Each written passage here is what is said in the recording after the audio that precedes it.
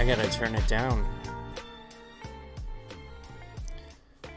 I was browsing music for like 45 minutes, just waiting to go on. So I decided I needed to go on right now. Grew very impatient. You know what? I was watching Anthony Joshua and Francis Ngannou. I watched that. I gotta share my thoughts on that. I'll do that before we break down UFC 299. 299? Why did I say it like that? The music sometimes jams you up. So on the itinerary for tonight, we got to give an NFT update. Let me check. Oh, God. What is that? What happens when the mouse just disappears? I always have to Control-Alt-Delete it just to get myself, just to see the mouse again.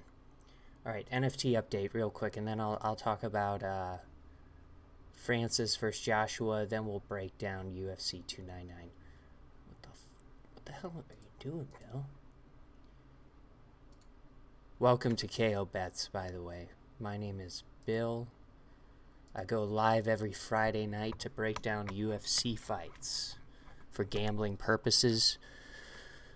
Try to provide you with a little bit of entertainment. We've been doing this for almost... Man, it was a Connor fight I started with. I think we're coming up on the end of year 3. We're at 73 subscribers. I'll give away an NFT once I hit 100. UFC strike moment. So, real quick. Francis against Joshua. I don't know, man. It's just such a shame the UFC and Francis couldn't figure out how to keep him there, because I think he would bring a lot of excitement to heavyweight right now. The Jones versus Francis fight would be massive. I mean, would it be bigger than Francis versus Fury, Francis versus Joshua? I think so. I didn't even realize they were fighting until it popped up on like my Twitter timeline that Francis had walked out. So, but let's focus on the fight. I think everyone's debated enough about Francis's career.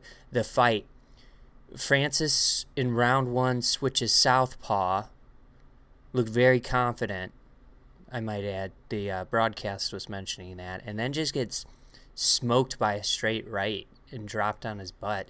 And that's the first time we've ever seen Francis knocked down. And I was like, holy shit, Joshua can throw a punch. And then, we know that. I just think there was, he was way tighter. Like, Fury has a very unorthodox style, but, the straight right was just lancing. And in round 2, he gets dropped again, stands up, and then Joshua just throws that right again, and Francis was out for a minute, at least a minute. And that's 1 Mississippi, 2 Mississippi.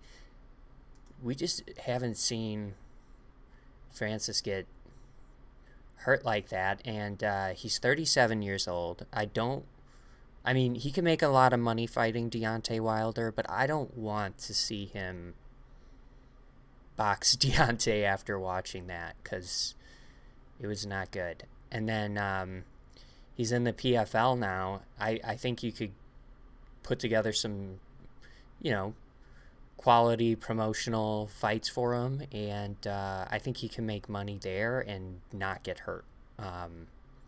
But yeah, just a crazy fight. Just to see Francis like that. So last week, I'm so embarrassed. We finished up 0.07 units. We won 2 parlays. We had a total of 3. There were so many heavy favorites. For the most part, they won. I got the main event wrong. It was stupid. Shamil was done. You know, he gave up in between rounds. Petrino, I thought he was going to finish Pedro. That didn't happen. Makayev over a round and a half. Umar over a round and a half. I had Urseg via submission, gets the KO. Happens. Eric Anders, thought he would finish Jamie Pickett. I don't know if I put any money on that. This one went inside the distance, barely. Crazy flying knee by Oliveira. Javid Basharat against Zahabi. That was an interesting result. I thought it was a close fight, not a unanimous decision. That's the result that sucked. You know, I had Javid Basharat decision minus 135, third round or decision for like minus maybe 200, and I had that parlayed once, and so that was the one that kind of derailed us from making a lot of money. And took a flyer on Ribeiro. Leroy handled him easily. Ludovic Klein, round 1 KO. And then Abdul Karim El Sawadi, he just got caught. He was on his way, it looked like, to a win. So I think overall I enjoyed the fights last week. And now we've got UFC 299 to break down. Before I get started again, if you could please like the stream, subscribe to my channel. I appreciate the support tremendously. Let's get into it. We got Joanne Wood taking on Marina Moroz. I don't know why. My eyes played with me there. Just pulling up my notes. Joanne Wood, she's been around for a while.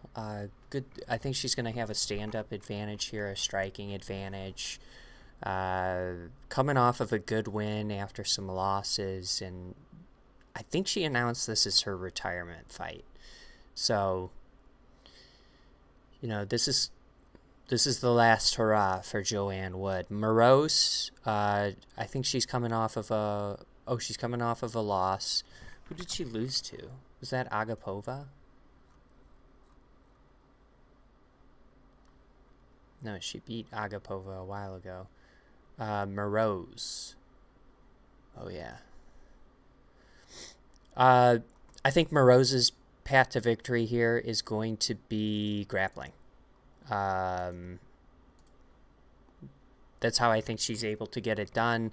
I'm kind of like, I'm not going to touch this. I do think it is low-level MMA.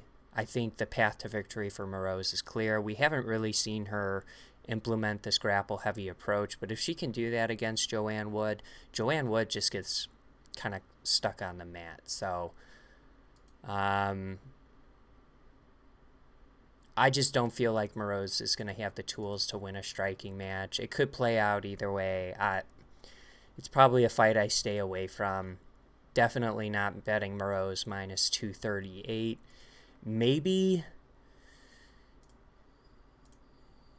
odds makers like the decision, so maybe we could get some, Moroz over a round and a half, get some value on that. Minus 175. Still don't love it. Yeah, so probably just a fight I'm going to stay away from. For the next fight, we've got CJ Vergara, but the pick is Moroz decision. The next fight we've got is CJ Vergara taking on Asu Almabayev. And we pronounced names correctly the first time on this show. CJ Vergara, you know what? I sit in silence making notes, and I should really practice and rehearse names ahead of time. CJ Vergara taking on Asu. CJ Vergara, he's got to stuff takedowns here. That's what it comes down to. If he's not stuffing takedowns, and he doesn't have the best takedown defense in my opinion, and when he does get on the mat, he's just hasn't looked good thus far in the UFC. So that's the path to victory for Asu. He's a heavy favorite. And I think that's just because he's going to be the minute winner in this fight. CJ Vergara, he's a dog.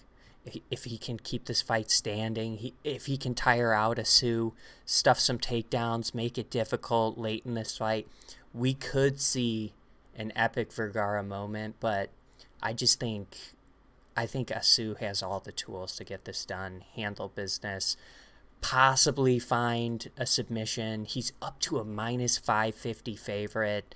And I like just some sort of grappling result, whether that's the so we could eliminate the KO. He's at minus 450. The submission's at minus 110. I think people like that because Vergara might have gotten submitted his last fight. No, Tatsuro Taira, 3 fights ago, he was submitted.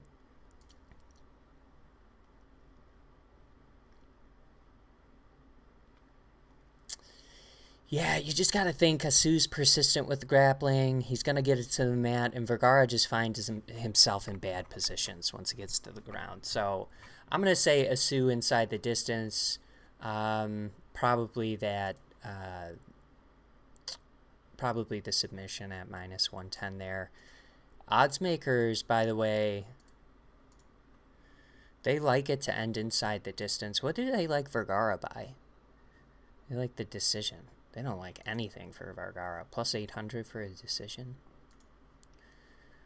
Robles Despang taking on Josh Parisian. Despang is 6'7" and has an 87-inch reach. He's probably got like less than 6 minutes of fight time in the octagon. I think he's 5-0 professionally, and he's just got like all first round knockouts, and he's fought against no one. And he's fighting Josh Parisian, and so it's going to be, I mean, Josh Parisian, do you think he's going to, we've seen him knocked out 4 times, I think, in his career. A couple of first round knockouts, one was a leg injury, but Josh Parisian isn't very good. He's 2-4 in the UFC. I mean, could he get a takedown in round 1 and get out of round 1 and somehow just make this a miserable night for Robles? Sure. I don't think it's happening. Robles is minus 360, and I think he's going to look like probably the biggest favorite on the card. Odds makers like the knockout, which I think everyone does. I mean, we could do minus 175 for round 1 knockout. What the?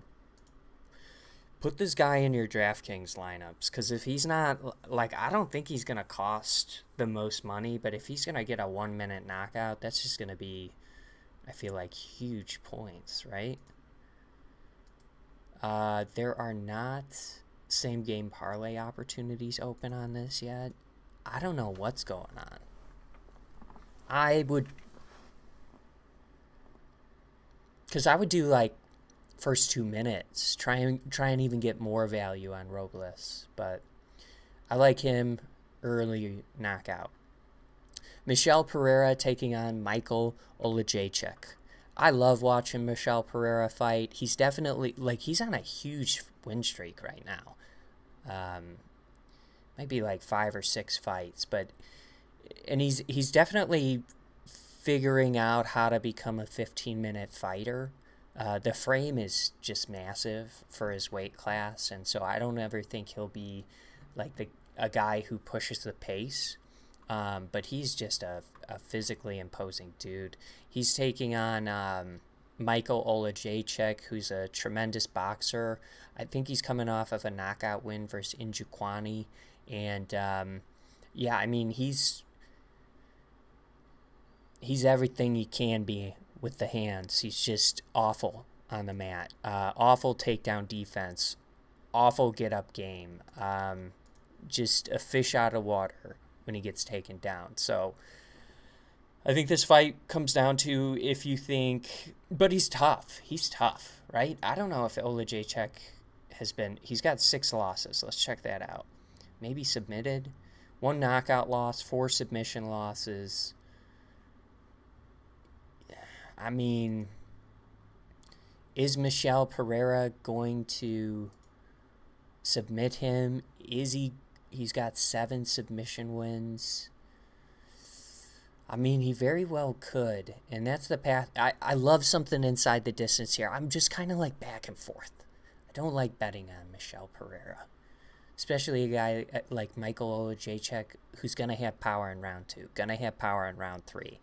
And just depending on what approach we see from Pereira, I'm just like, I don't think the IQ is always all there, you know? He's definitely, he's honing it in. He's tightening things up. But Olajaychuk's so dangerous. I kind of want to go with, I'm going to go with the dog, Michael Olajaychuk. He's plus 124 right now. I'm going to say he gets it done with a knockout at plus 240 here. If he's not able to do that, I mean, I still like something, like, I think the path to victory for Pereira would be to, like, just wrestle him for 15 minutes or, you know, attack a submission early, like round 1, get him down, attack that submission early, because that's when he's going to be most dangerous. So I kind of like the finish in this fight. The over-under's at 1.5. And I like the finish. Odds makers do also. So I think I like Pereira, like, I think there's some value on that submission. That's my opinion. Because I don't think he can knock out Olajaychuk on the feet. Maybe ground and pound, but I don't know. Ion Cutelaba, painting himself green today for the face-offs. Just totally green. I think he usually does that. But it's kind of crazy. He's taking on Felipe Lins. And this comes down, I mean, Ion Cutelaba, he's a man of, I was debating if I should make this joke. And now I've announced it, so I gotta make it. He's the 2-minute destroyer. I mean, shit, I can last longer than that. Not even I am worthy of that nickname, but that is Ion Cutelaba, and he just has he's a menace. He sprints out of the gate. He's gonna look amazing early, and then he's just gonna fade, and he's not gonna have the gas tank ever to go 15 minutes. So this is ending inside the distance. It just depends if you think Felipe Lins is going to survive that 2 minutes, or if you think Ion's going to gas out, and I think Ion's going to gas out. Felipe Lins hasn't looked amazing in the UFC thus far, but I mean, this is ridiculous to have fight to go the distance at minus 450. I think it's a lock. And then, so I think Felipe Lins probably gets it done late first, second round is where he finishes Ion Cutelaba. I think he's got the gas tank to do it. He's got the skill set to put away Ion Cutelaba when he's huffing and puffing and leaning against the fence, not able to do anything. Give me Felipe Lins, but for sure inside the distance. Pedro Munoz taking on Kyler Phillips. Pedro Munoz is, I mean, he's fighting the best of the best, right? We can't criticize the losses too much, but you know, and he's just coming off of a loss to Cheeto, and Cheeto's fighting for the belt now. So, yeah, it's definitely interesting. He's been around for a while, and I mean, it's crazy to me, the idea of losing a decision to Cheeto Vera when you're in the top 10 of the bantamweight division. If you don't, you know, it says he's got pretty good output. Man, he just seems like really technical as of late, and the output feels low. And when you're going against a fighter like Philippe Lins, Kyler Phillips, he's well-rounded. He pushes a pace. And I think this is going to be a close fight, a close result. Probably go to the judges, and I think they're going to like the output of Kyler Phillips. So I'm going to go with the favorite in this fight, Kyler Phillips. I understand, though, if you're on the Pedro Munoz side, like, I think this could be a split decision, 29-28 type fight, and I think rounds could be difficult to score, and Munoz has some power. He's got the tools to be a minute winner against an up-and-comer, a moment winner against an up-and-comer like Kyler Phillips, but I like Phillips to be the minute winner. So I like the Phillips decision. If not that, the Munoz decision. I think this is for sure going the distance. Odds makers agree that is the pick. By the way, below me, you'll see my Twitter. I'll show you after I'm finished breaking down this card, but I post all of my official bets on my Twitter for free. We track units. We're up like 28% on the year. We had a couple of weeks where we just, I think we had a lose. So I didn't break down 2 weeks ago the Royval versus Moreno fight. I was at a bachelor party, and I just didn't put in the research or the work to publish it. So I think we're coming off of 4 straight wins. Last week doesn't even feel like a win, but 4 straight winning weeks. We're probably up like 28, 29% on the year. Next fight, Mateus Gamrot taking on Rafael Dos Anjos. Love RDA, legend, but I just don't think this is a good stylistic matchup for him. Mateus Gamrot is swarming, and how old is RDA at this point? He's 39 years old. He's a badass,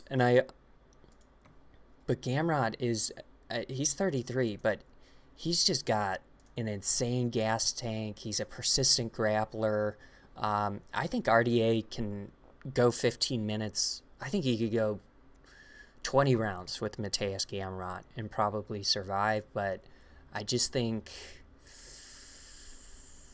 this is a tough stylistic matchup, and RDA is going to be on his back for a lot of this fight. So give me Mateus Gamrot. I don't think he stops him. I think he just wrestles him, gets takedown after takedown, and we see RDA get super tired, gassed out, survive 15 minutes, but lose the fight pretty convincingly. So Mateus Gamrot, heavy favorite at -425. I like the decision at -175. Odds makers like this fight to go the distance. I think RDA's path to victory would probably...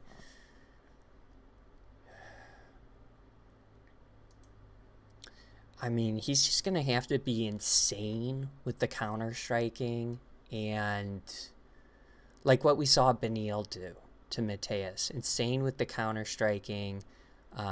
Put Mateus on his back foot because he hurts him, and don't get taken down. But I just don't think he's going to do it.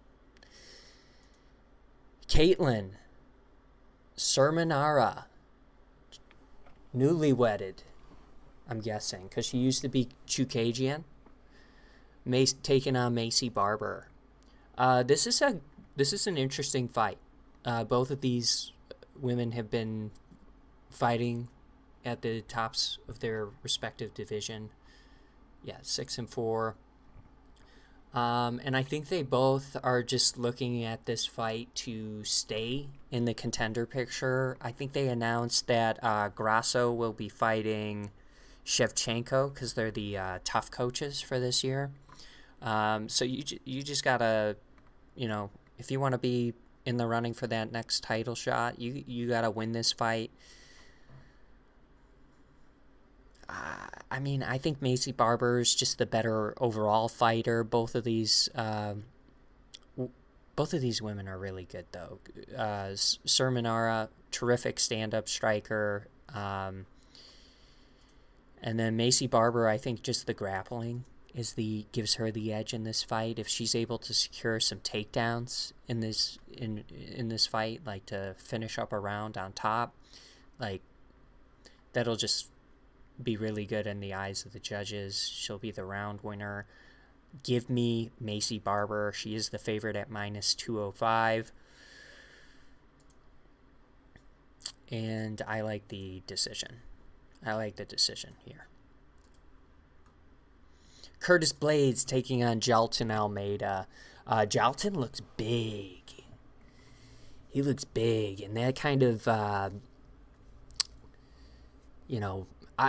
like Curtis in this spot a lot. I think this is a tough stylistic opponent for Jailton Almeida, who is improving on the feet, but doesn't really look that good on the feet. And then grappling-wise, we know what he brings to the table. He's a tremendous grappler, and so is Blades. And Blades is a true heavyweight. So I think, I'll be interested to see if Jailton Almeida, like how the speed looks in the grappling scrambles. I think he's got a speed advantage. But I kind of like Blades in this spot a lot. I think he's got a power advantage on the feet. I hate that he does fall in love with his hands a little bit. He does have that wrestling background. I think stylistically this is a good matchup for Curtis Blades, going against another grappler who is smaller. So give me Curtis Blades to get this done. He's the slight underdog at 102, but it's basically a pick-em. And honestly,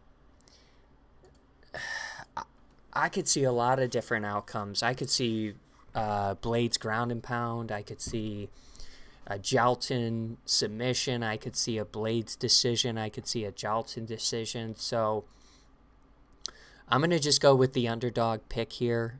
But I have to make a prediction, and I'm going to say Blades gets it done via ground and pound and knocks out Jailton Almeida. We're on to the main card. We've got Petr Yan taking on Song Yadong. Petr Yan coming off 3 straight losses. There's no shame, though. You're losing to Sterling, O'Malley, and Merab. That Merab performance, the dude's insane.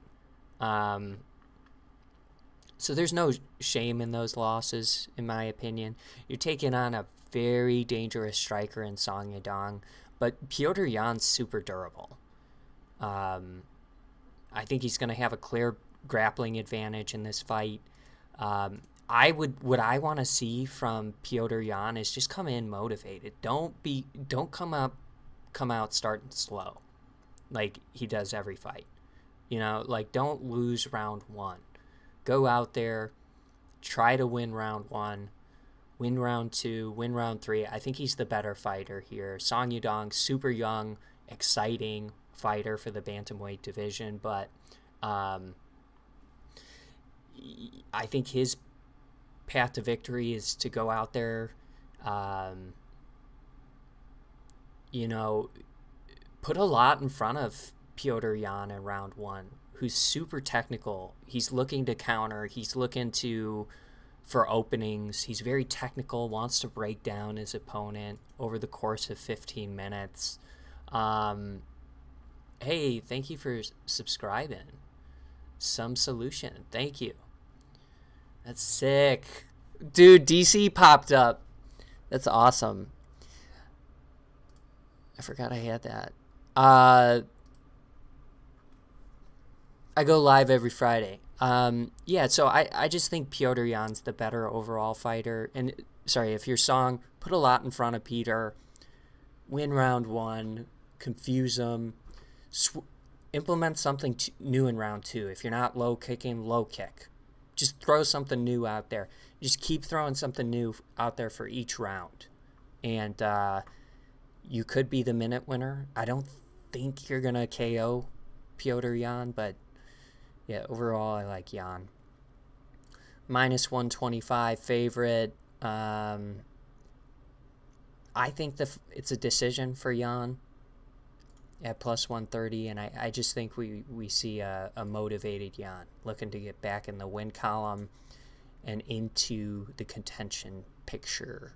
Gilbert Burns is taking on Jack Della Maddalena. Hold up, let me just see if...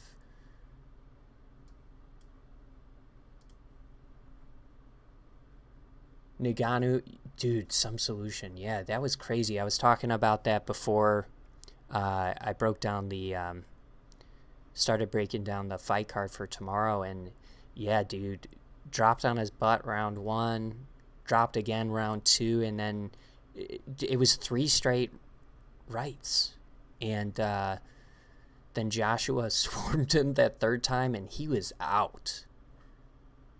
Yeah. Thanks for subscribing, man.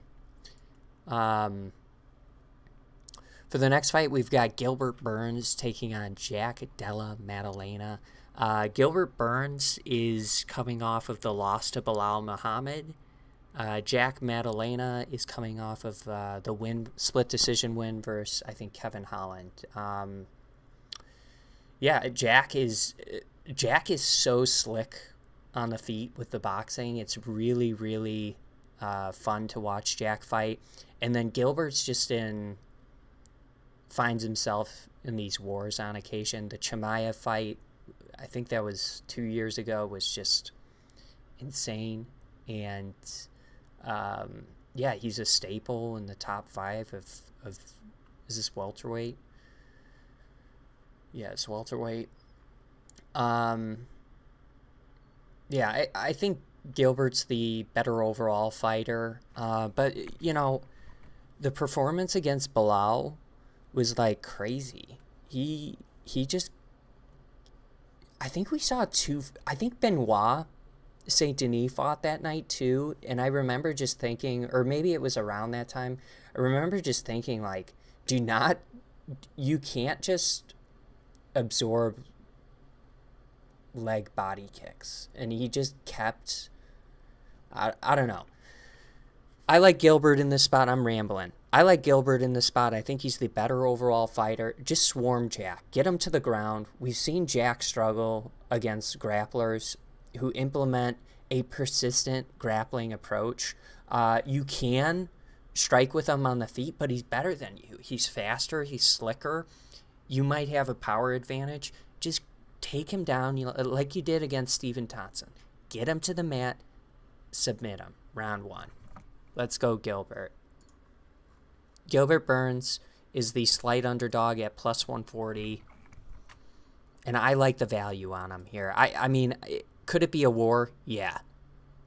I don't think this fight goes the distance. I think Gilbert gets an early submission, and if Jack wins, he gets a knockout. So potentially I'm hedging that tomorrow. I will post my official bets for free on Twitter tomorrow morning. We are doing unit tracking, so that's something new this year. Kevin Holland taking on Michael Venom Page, who's making his debut in the UFC. This is a fun fight. Yeah, I love Kevin Holland.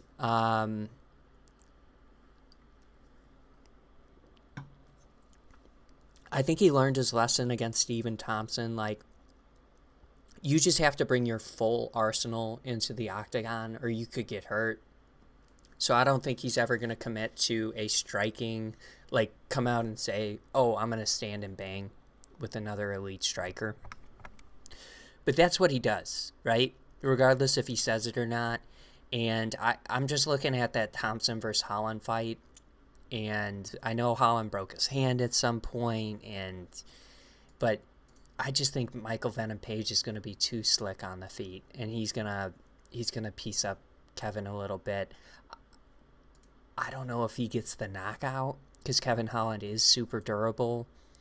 But yeah, I like Michael Venom Page as the underdog in this spot, and so that's who I'm going with.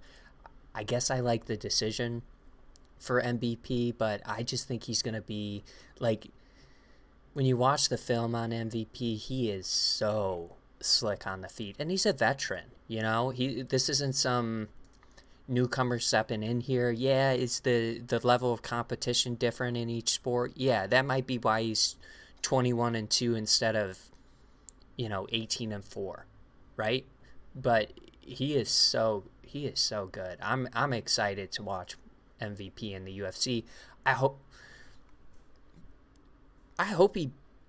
I love Kevin Holland too. But I hope Michael Venom Page wins.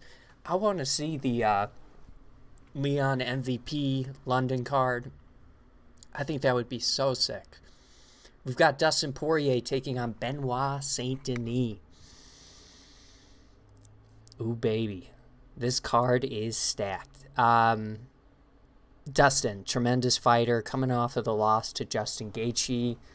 Prior to that, was that the Conor fights, or did he have Chandler before? No, he had Chandler before. So beat Chandler, lost to Oliveira. The dude's a stud, right? Tremendous boxer, good overall fighter. I could see Benoit maybe having a grappling advantage. I don't know though. Dustin's really good. I really love his boxing. I love his cardio, his toughness, just like how he breaks down opponents. Yeah, and then Benoit Saint Denis coming off of like 5 straight finishes and is just, he's a beast, man. This is a big step up for Benoit. I love that this fight got put together.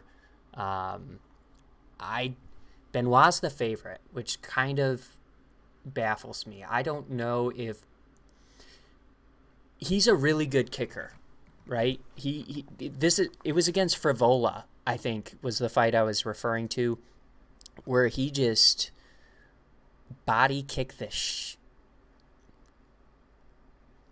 or maybe it was Thiago Moises. I think it was Thiago Moises, and he just body kicked the shit out of Thiago.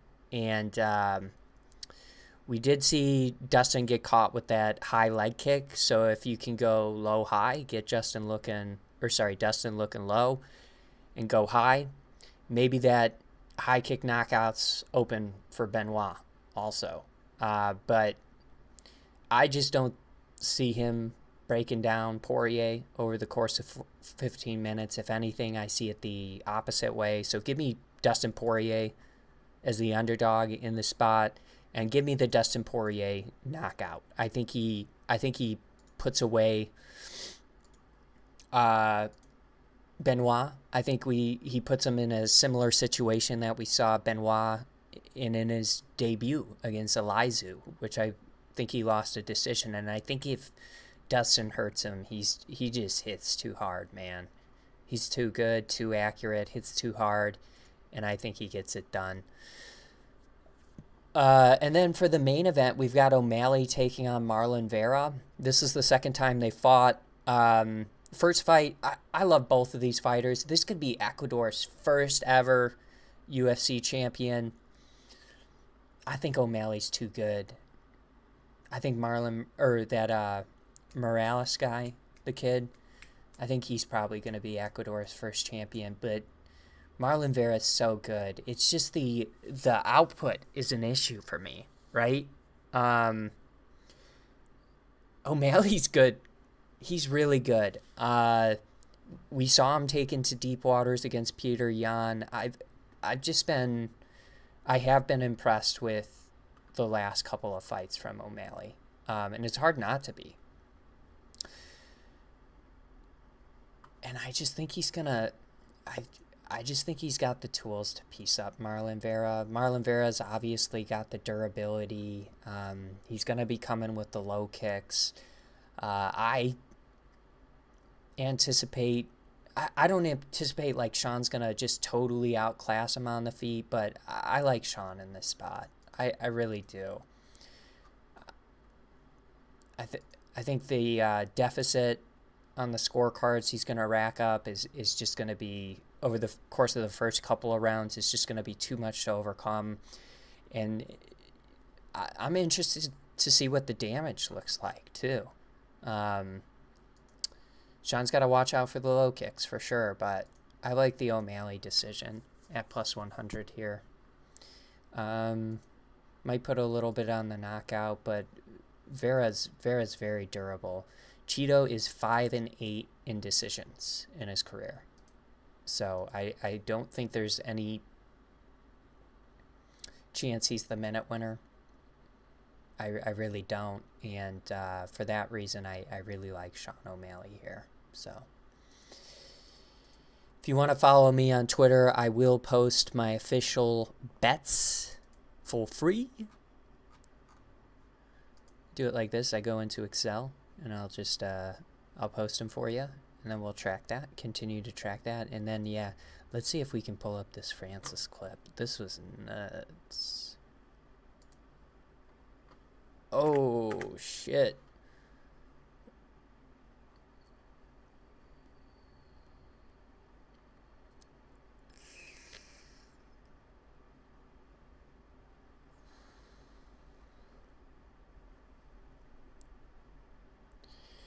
Yeah, that was crazy. Let's see what's trending. Yeah, obviously Joshua Ngannou. Why is Arnold Palmer?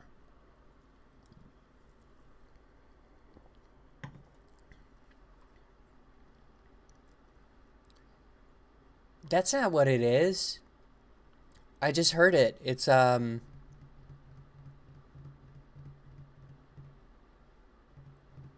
just heard it on Good. There's a name for it. It was funny too. 1 second.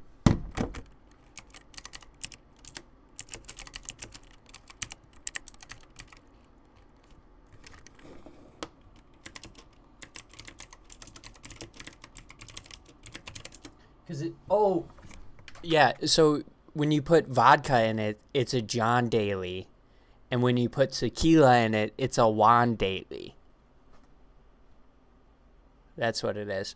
Yeah, Chubb is the workers' comp insurance for Trump. So they're the ones who posted the money to E. Jean Carroll today, but it's getting appealed. So Chubb is the largest workers' comp insurance provider in the United States. So any sort of harassment claims, employee claims against a company, you got to have workers' comp insurance. It's illegal in most states, probably all of them, not to have it, and that's just to cover, that's what insurance is for. You pay for it, right? So it'll be if this goes through, he'll definitely see some increases next year, but he could just switch providers. So, or outsource it to a PEO or something. Let's see. Fortnite, I don't know. Oh my gosh, I gotta talk to y'all. I've been playing this game on PlayStation called Helldivers 2. I fucking love it. I really love it. Oh, Gyro, Jack wins. Dude, Jack is sick, man. I could see it, man. I could for sure see him clipping Gilbert, especially the way Gilbert goes silly mode sometimes, but he could just want to stand and bang with Jack, which is a bad idea. But I've been playing Helldivers 2, and that game is so addicting, so much fun. Really recommend checking it out. I think we're going to sign off. We've gone for 46 minutes. We were pretty efficient. We talked about a lot tonight. I'll be on, I believe, next Friday. Let's just double check if there's UFC next week. Dude, I'm not... Some of these people, I had a week off, which was nice. But some people who are doing this stuff, they covered 2 weeks ago. I think we're in the this is like the 6th straight weekend of fights. So the 16th we'll be live next week. The week following.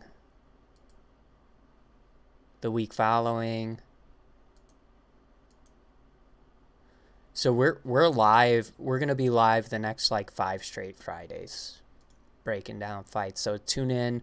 Usually it's like 7:30, but sometimes, I'm home by 6. Sometimes I want to go early. You know what I mean? I appreciate you tuning in. This is KO Bets. My name is Bill. Please like the stream, subscribe to the channel. Have a great weekend, everyone. Thanks for tuning in. Peace.